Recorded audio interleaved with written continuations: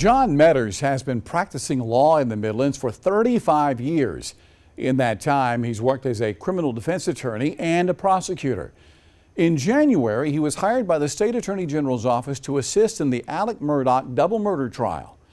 With very little time to prepare, Meadors quickly learned the state had a star witness in the case, a witness that never took the stand and a witness Meadors never met until just recently. Come here, Bubba. Hey, Bubba. John Meadors is a dog lover, especially this dog, a 10-year-old lab named Bubba, who happened to play a key role in the state's prosecution of Alex Murdaugh. A lot of folks think they have a sixth sense, and I don't know. I just I thought about it, and maybe Bubba knew what was coming, and grabbing the chicken and having Alex say Bubba. In fact, Bubba was a key part of Meadors' closing arguments in Murdaugh's double murder trial. That dog negates all. Thank you, Bubba. Come here, Bubba. Hey, Bubba. Hey. Good dog, Bubba. Bubba was Maggie Murdaugh's dog and was at the kennels the night of the murders. And because of Bubba, we know Alex Murdaugh was there too. Come here, Bubba. Come here. Bubba's actions prompted Alex Murdaugh to speak to the dog, not knowing he was being recorded by his son Paul. He locked himself into not going to the kennels.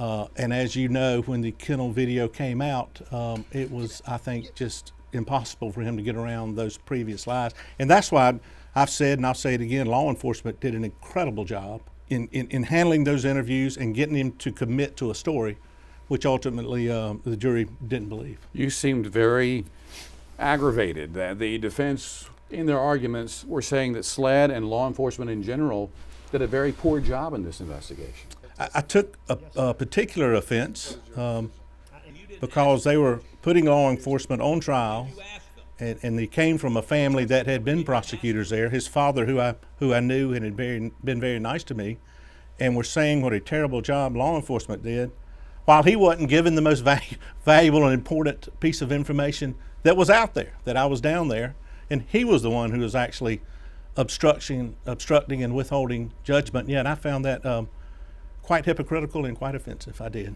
Meadors didn't join the prosecuting team until just weeks before the case went to trial, but he knew he had something that was undeniable, proof that Alex Murdaugh lied to investigators, a witness to 2 murders that spoke Come here, Bubba. without speaking at all. I don't think there was a more unconditional love in any other way Bubba could have shown his love for Maggie than what he did.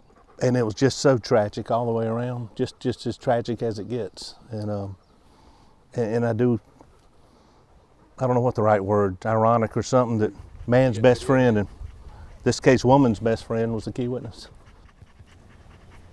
It's a nice doggy, isn't it? Well, in case you're wondering, Bubba is living with Blanca, the Murdaugh's former housekeeper. She did not want to go on camera for our story, but she tells me that Bubba has adjusted well to his new home since living with her. It makes me, I'm a dog lover too, it makes me very happy. I think a lot of us that followed the trial, JR, you and I both covered it, it broke your heart as a dog mom to think about what the dogs witnessed that night. Right.